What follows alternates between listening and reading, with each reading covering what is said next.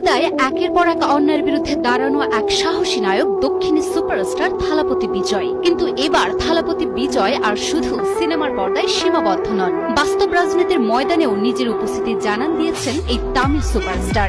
তামিলনাড়ুর কোটি ভক্তের হৃদয়ের অধিপতি থালাপতি বিজয় আনুষ্ঠানিকভাবে রাজনীতিতে যোগ দিয়েছেন। আর তার প্রথম টার্গেট সরাসরি ভারতের প্রধানমন্ত্রী নরেন্দ্র মোদী ও তার দল বিজেপি। কোন সিনেমা বা কোন সিরিজে না, বরং বাস্তবেই এবার মোদীর বিরুদ্ধে যুদ্ধ ঘোষণা করলেন তামিলনাড়ুর জনপ্রিয় নায়ক থালাপতি বিজয়। ফিল্মের রঙিন পর্দা ছেড়ে এবার রাজনীতির ময়দানে একেবারে ম্যাস এন্ট্রি নিলেন সুপারস্টার থালাপতি বিজয়। মাদুরাইয়ের মাটিতে বিশাল জনসমাবেশে চমকে দিলেন জনপ্রিয় অভিনেতা ও এখনকার রাজনৈতিক তামিলাকা ভেট্রি কাজগাম দলের প্রধান থালাপতি বিজয়।